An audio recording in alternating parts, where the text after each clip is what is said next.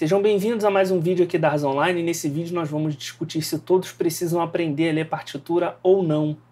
É importante que todos aprendam a ler partitura, mas e aquela pessoa que não faz uso da partitura no seu dia a dia? Ela precisa aprender também? Não é desperdiçar tempo com conhecimento inútil? Né? Muita gente pensa assim. E numa resposta mais prática, eu diria que sim, uma pessoa que não usa isso, ela vai aprender para quê, né? Mas não é tão simples assim, porque, em primeiro lugar, ninguém faz um curso de música para aprender a ler partitura. Muita gente defende que um curso de teoria deva se chamar curso de leitura e escrita. Eu discordo.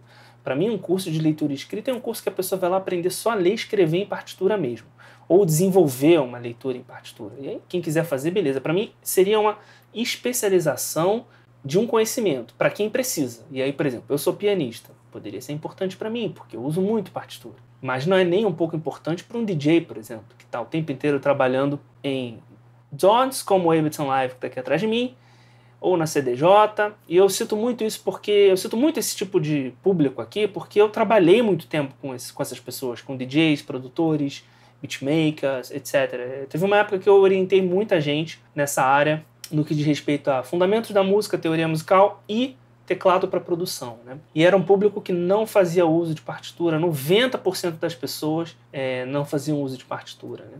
Mas a partitura, ela é uma notação musical, né? É um meio de comunicação, não é o fim. Você não estuda música para aprender partitura, você estuda música e usa a partitura como uma notação para que você possa desenvolver conceitos e fundamentos de música. E mesmo práticas musicais que não fazem uso direto da leitura de música escrita, fazem uso dos conhecimentos que essa tradição fundou. Essa fundação, que é um pensamento musical, a música métrica, o compasso, o BPM, a divisão dos níveis métricos, tonalidade, acorde, modos maiores e menores, escalas, intervalos, por aí vai. Isso representa um pensamento musical, né? Então, quando você vai estudar música, você vai estudar intervalos, formação de acordes, escalas, campos harmônicos, compasso, BPM. E por que eu falo compasso e BPM? Porque são relações de pulsação, né, que é um nível métrico, e desdobramentos, que é a unidade de compasso, outros níveis métricos, e aí você tem as fórmulas de compasso e como se dão na música. Tudo isso está relacionado à música métrica, ao conhecimento métrico e também do sistema métrico ocidental e também a parte de ritmo que está incluída aí nesse bolo também de sistema métrico, né? Mesmo as pessoas que não fazem uso direto de partitura, eu digo leem partitura, ou como eu leio no piano, né? Elas estão fazendo uso desses conhecimentos. Então, como é que você vai desenvolver isso, né? Por exemplo, eu tive uma aluna uma vez que ela queria trabalhar uma rítmica latina nas músicas dela. Ela trouxe uma referência, ela falou, pô, eu queria fazer uma música assim. Como é que eu faço, né? E intuitivamente ela já conhecia o que ela queria fazer, mas ela queria sair da tentativa e erro, sabe? Aquela coisa de sai fazendo e vendo o que dá, né? Quando a pessoa quer se profissionalizar, ela tende a querer ter mais domínio sobre a sua prática, ter mais controle sobre seus processos intuitivos. E era isso que ela buscava. Ela não queria ir na tentativa e erro, ela queria entender o que estava acontecendo. Por exemplo, se você tem um hi-hat que ataca no quarto de tempo, como é que você faz para poder saber objetivamente que é isso que está acontecendo? É diferente de que você sabe que ele está atacando no quarto de tempo, mas você precisa ficar catando ali no software de alguma maneira até sair do jeito que você quer, né? E pior, né? Quando você não trabalha isso de forma organizada, você não desenvolve mesmo a habilidade de reconhecer quando está no quarto de tempo, quando está no terceiro quarto de tempo. E aí qual é a diferença de uma tercina para uma semicolcheia com semicolcheia? Qual é a diferença? É uma diferença muito sensível. Como é que você trabalha isso? Ah, não pode ser com partitura. Aí fica mais difícil, né? É como querer reinventar a roda às vezes, sabe? Eu já vi gente dando aula de teoria usando piano roll. Não façam isso. Não façam isso. É desnecessário. Aproveitem a oportunidade que você está tendo para estudar música e aprende o básico de partitura, é um negócio simples. Aprender a ler as bolinhas na pauta é super fácil. A parte de duração é um pouco mais complexa, mas não tem como fugir, porque como funciona o conceito de dobro e metade no sistema métrico e seus desdobramentos, que são compasso, ataques nos pontos de marcação de tempo ou fora dos pontos de marcação de tempo, como o contratempo, como o ataque no quarto de tempo. Essas coisas você não tem como fugir, lendo partitura ou não. Então, o mais difícil da parte métrica e da parte de duração, você já está trabalhando, lendo partitura ou não. Então, aproveite a oportunidade e desenvolva o básico. Até porque amanhã você vai querer estudar harmonia, vai querer entender um pouco mais, e se você comprar um livro, você vai entender os exemplos. E aí existe uma diferença muito grande que é entre você saber como funciona uma partitura, que isso é uma coisa super fácil, você desenvolve rápido. Inclusive a gente tem um curso de teoria e percepção musical aqui. O primeiro módulo é gratuito. No final desse primeiro módulo, você já entendeu como funciona uma partitura simples. É muito simples. Então, existe a diferença entre a pessoa que sabe como funciona uma partitura e uma pessoa que precisa ler bem partitura. Aí sim.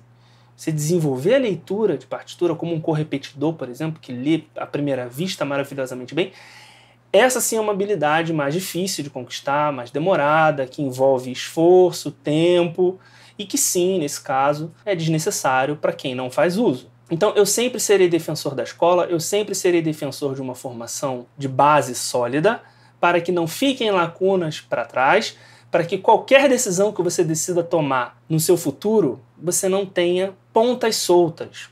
Então, se você vai estudar música, estuda, aprende, não custa nada. Aproveita a oportunidade de estudar música e desenvolve a leitura da partitura. Então, eu digo, sim, todos podem e devem aprender a ler partitura. Claro que a gente está fazendo um recorte aqui de músicos da música ocidental, né? A gente está aqui no nosso mundinho música ocidental aqui, que é um mundão, mas não é um mundo inteiro, né? Mas sim, todos, né? Tô sendo generalista, não é um assunto simples, mas querem uma resposta rápida e direta? Sim, todos devem aprender a ler partitura. Inclusive eu posso estar aqui, ele está divulgando em causa própria, né? Bom, não foi assim que eu comecei, tá? Eu comecei tocando numa banda de rock, eu era autodidata, inclusive era uma época que eu renegava a escola. Eu contei um pouco dessa história na aula inaugural que a gente tem aqui do curso, até que eu comecei a acumular frustrações, eu comecei a tomar uns tapas na cara da vida, né? E aí eu falei, poxa, mas eu quero trabalhar com música, sabe? Aconteça o que acontecer, eu quero continuar envolvido com música, então eu não vou dar chance ao azar. E aí foi quando eu resolvi abraçar a escola e humildemente aprender do zero, né? E eu já tinha experiência, eu já tocava, enfim, já tinha uma experiência de vivência musical, né? Então é o que eu sempre falo aqui no canal, eu costumo repetir isso nas nossas publicações. Eu sou um defensor da escola, então por mais que existam atividades que não fazem uso da partitura, eu acho que se você escolhe aprender música, não custa nada.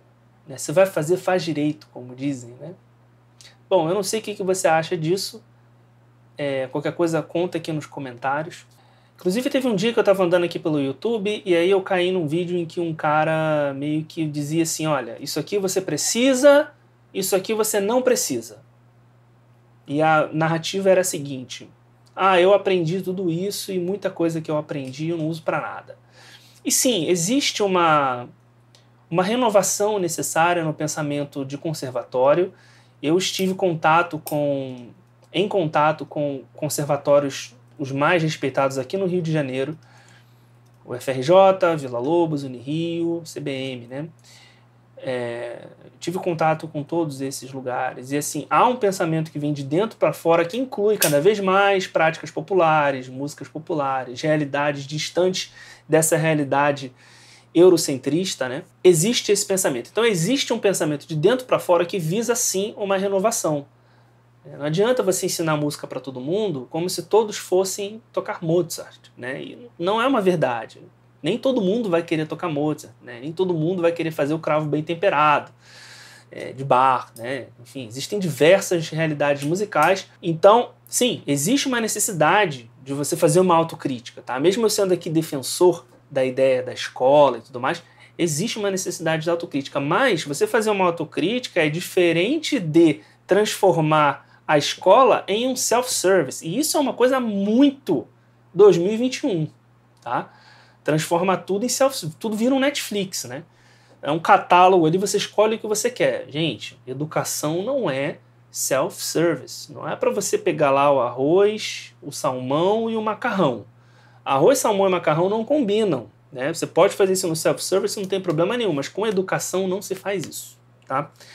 Então, você vê um youtuber dizendo que você deve aprender o que você não deve aprender, é muito arriscado. Você está colocando a tua educação na mão de uma pessoa que teve a ideia de dizer que você precisa aprender isso, mas não precisa daquilo. Eu sou sempre defensor da escola, porque a base estrutural é mais confiável, e por mais que ela não seja suficiente para te dar tudo o que você precisa, e que sim, eventualmente, você acaba aprendendo uma coisinha ali, outra ali que você acaba não usando, é melhor confiar na escola do que ficar tentando achar o atalho, que é uma outra coisa que a gente ataca bastante aqui, e ficar pulando de galho em galho e nunca parar em lugar nenhum. Então esse foi um erro, por exemplo, que eu cometi. Primeiro erro que eu cometi foi renegar a escola, na minha época de autodidata. Realmente eu falava conscientemente que eu não precisava daquilo, que aquilo poderia estragar a minha criatividade musical. Argumentos fraquíssimos que, conforme eu fui amadurecendo, eu fui entendendo que eram argumentos fracos. E depois o erro que eu cometi foi o de confiar demais na escola, ao ponto de achar que ela ia me dar tudo. E isso também é um outro erro, né? Não é para você também achar que... Não, você tem que traçar o seu caminho, né? Traçar o seu caminho. Corre atrás das tuas referências nas áreas que você gosta, no que você gosta de fazer como artista, mas não renegue a escola. Então é isso. A gente fica por aqui, até o próximo vídeo.